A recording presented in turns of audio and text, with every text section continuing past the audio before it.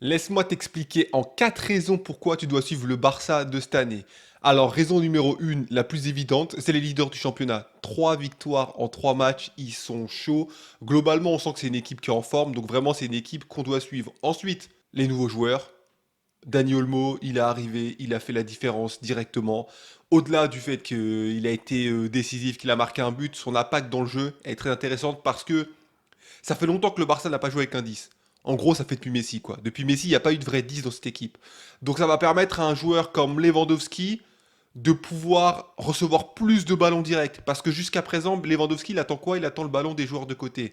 Et on peut pas dire que Lamine Yamal ou même Rafinha soient des joueurs qui centrent beaucoup. Ils ont plutôt tendance à privilégier la solution individuelle, à finir leur action plutôt que de centrer. Donc avoir un joueur comme Dani Olmo qui va tantôt faire la passe côté droit ou gauche et tantôt mettre une passe directe, ça va lui faire du bien.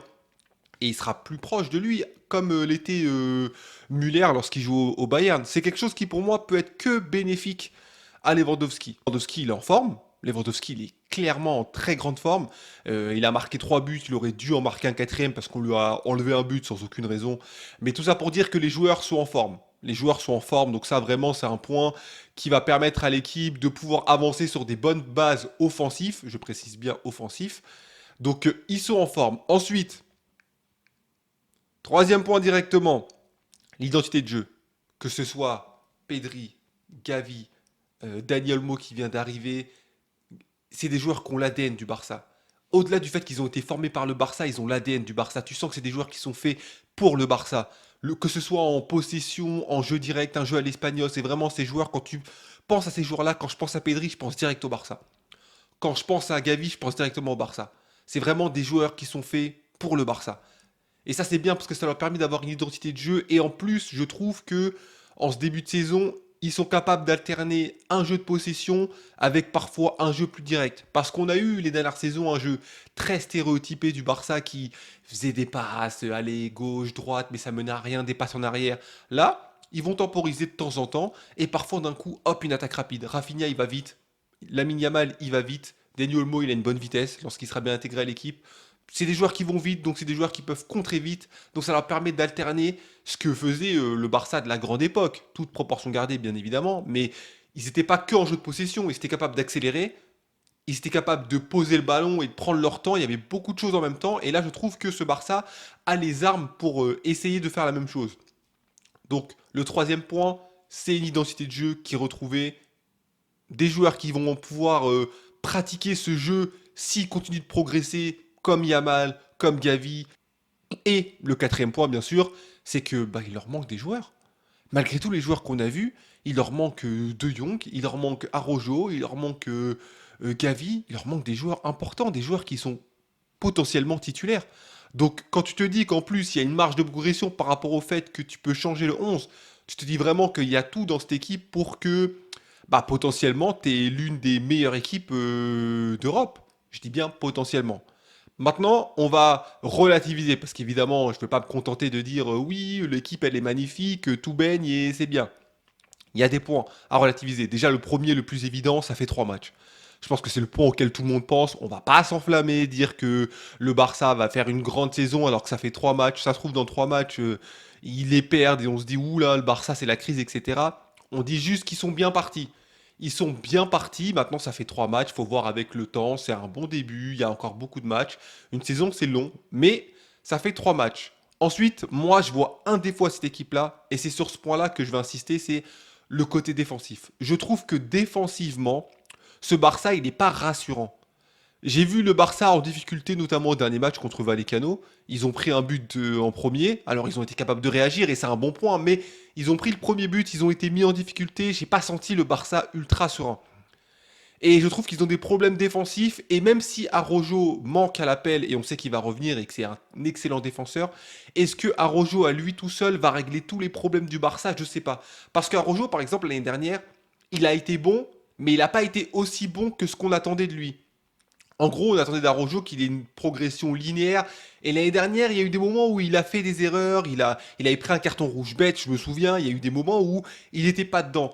Et le problème avec Arrojo, c'est aussi qu'il a été déplacé son côté dans certains grands matchs pour pouvoir faire face à des grands joueurs. On pense tout de suite au Real Madrid, il avait été déplacé coté pour faire face à Vinicius parce qu'on estimait que Koundé n'était pas capable de le faire. Et donc, à ce moment-là, Araujo, oui, il est capable de tenir Vinicius, mais pour moi, son meilleur poste, c'est dans l'axe. C'est dans le centre de la défense qu'il est le plus fort. En plus, le message envoyé à Koundé, je trouve il est terrible, mais bon, ça, c'est un autre point. Mais bon, en tout cas, Araujo, pour moi, est un joueur qui doit évoluer dans l'axe, qui, pour le moment, est un peu le point faible, je trouve, de l'équipe. La défense centrale.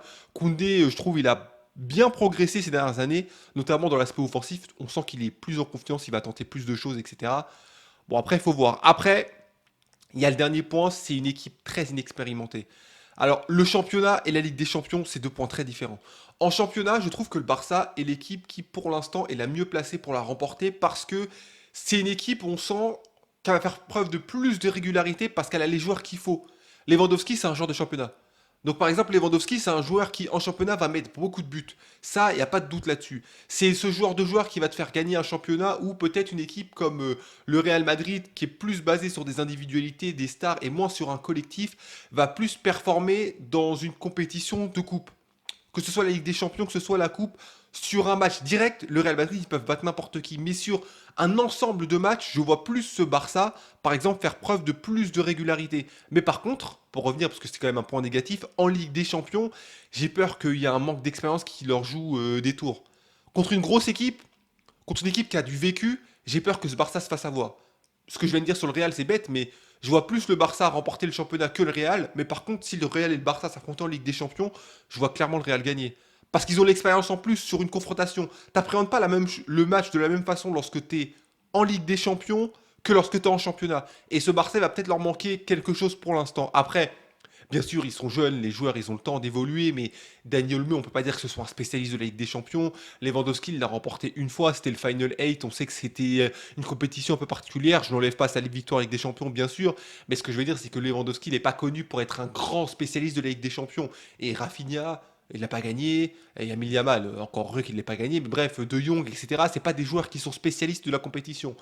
Donc c'est un point qu'il faudra voir. Mais en tout cas, ce Barça a beaucoup de belles choses à montrer et s'ils veulent construire une équipe sur les 2, 3 prochaines années, ils ont fait exactement ce qu'il fallait. Ils ont les joueurs pour. Maintenant, il faut que le jeu il se mette en place. Je trouve que l'entraîneur est bon, personnellement. J'ai entendu des choses comme quoi est-ce qu'il va mettre les choses en place comme il faudrait. Moi, je trouve qu'il est bon. Faut être patient. Voilà, c'est sûr que si au bout d'un an on dit ah bah t'as pas gagné de trophée, bah tu te barres. Bah oui, ok, d'accord. Mais si tu lui laisses 2, 3 ans, pour moi il y aura des résultats. Faut juste être patient. En tout cas, moi, j'espère que vous allez suivre ce Barça. Personnellement, j'ai suivi tous les matchs. Je vais continuer à le faire parce que vraiment, c'est une belle équipe.